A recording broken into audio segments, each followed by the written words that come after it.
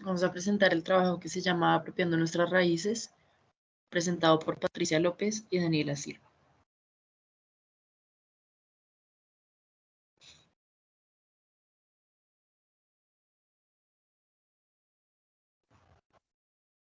En el desarrollo de esta actividad vamos a tratar el tema del posconflicto en Colombia, lo cual es una etapa de verdad, reparación, reconocimiento de las víctimas, justicia transicional, reformas constitucionales y políticas, proyectos y reformas económicas y sociales, dejación de armas, reintegración a la vida civil de excombatientes ilegales, cese del fuego, frenado, entre otros, refrenado. Toda esta situación generó en las personas directamente afectadas problemas de inestabilidad, miedo y traumas. Es por esto que es importante tener presente la historia y poder ayudar a quienes han sido afectados. El conflicto armado en Colombia empieza alrededor de 1960. Los principales involucrados son el Estado colombiano, las guerrillas de extrema izquierda y los grupos paramilitares de extrema derecha. Las principales características de este conflicto armado han sido la intolerancia, los narcotraficantes y su apoyo con armas a las guerrillas, la injusticia, entre otros.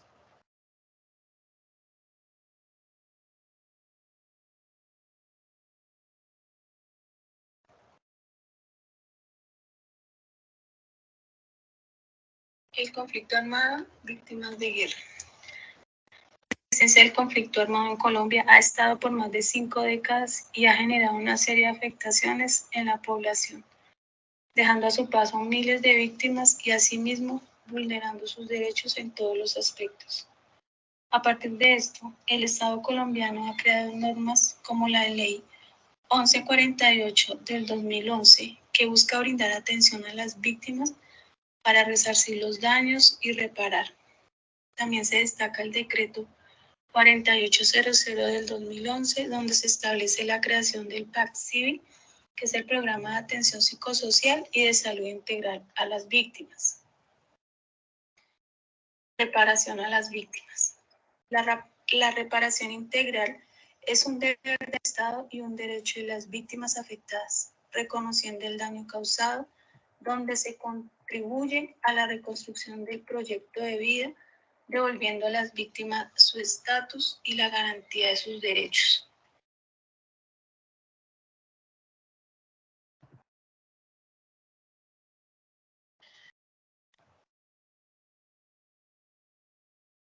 Derecho de las víctimas. Víctimas accederán a una o varias de estas medidas dependiendo de los daños causados por el conflicto armado. La verdad, justicia y reparación integral.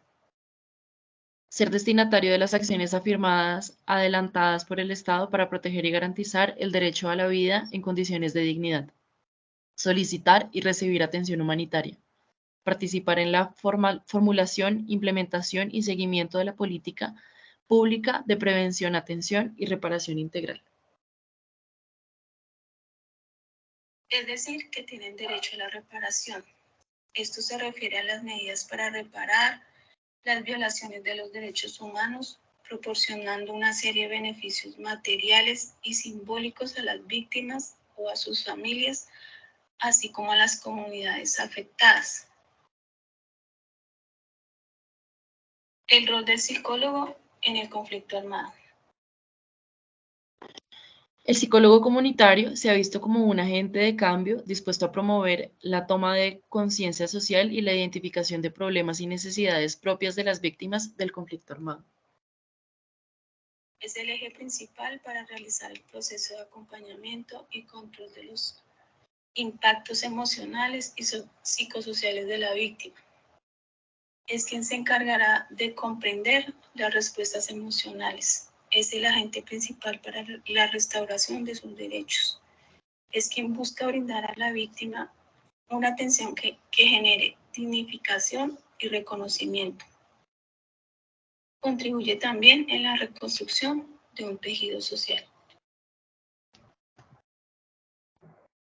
Algunas de las reflexiones que pudimos tener es que vivimos en un país que normalizó la guerra.